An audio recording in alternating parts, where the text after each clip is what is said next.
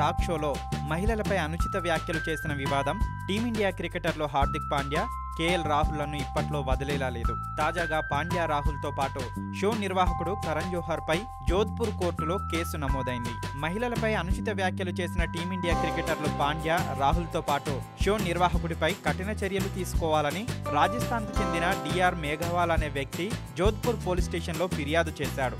అతడి ఫిర్యాదును పరిగణలోకి తీసుకున్న జోధ్పూర్ పోలీసులు కేసు నమోదు చేశారు. ఈ టాక్ షోలో కేఎల్ రాహుల్ ఆచితూచి బదిలిచ్చినప్పటికీ పాండ్యా మాత్రం నోటికి ఏదొస్తే అది మాట్లాడాడు. ముఖ్యంగా కరణ్ జోహర్ హార్దిక్ పాండ్యా లవ్ స్టోరీ గురించి అడగ్గా, నేను ఈ మధ్యకాలంలో 3 విషయాలను తెలుసుకున్నా. మొదటి విషయం ఏంటంటే ఒక అమ్మాయిని చూడటం, రెండోది డేటింగ్, మూడోది రిలేషన్షిప్ అని సమాధానమిచ్చాడు. ఈ షో ఇటీవల ప్రసారం కాగా పెద్ద ఎత్తున విమర్శలు చెలరేగాయి. దీంతో పాండ్యా ట్విట్టర్లో క్షమాపణ కూడా చెప్పాడు. దీంతో వీరిద్దరిపై నిషేధం విధిస్తూ బీసీసీఐ చర్యలు తీసుకున్న విషయం తెలిసిందే. తొలుత బీసీసీఐ పాలకుల కమిటీ చీఫ్ వినోద్ రాయ్ 2 మ్యాచ్ల నిషేధంతో సరిపెట్టాలని భావించినప్పటికీ మరో సభ్యురాలు డయానా ఎడుల్జీ న్యాయ సలహాకు పట్టుబడడంతో వీరిద్దరిని సస్పెండ్ చేయడం జరిగింది. నిషేధం ఎత్తివేత అనంతరం హార్దిక్ పాండ్యా న్యూజిలాండ్ పర్యటనలో పాల్గొనడంతో పాటు 5వ వన్డేలో టీమిండియా విజయంలో కీలక పాత్ర పోషించాడు. ఈ మ్యాచ్ లో అటు బ్యాటింగ్ లోనూ ఇటు బౌలింగ్ లోనూ అద్భుత ప్రదర్శన చేశాడు. మరోవైపు రాహుల్ భారత్ ఏ జట్టు తరపున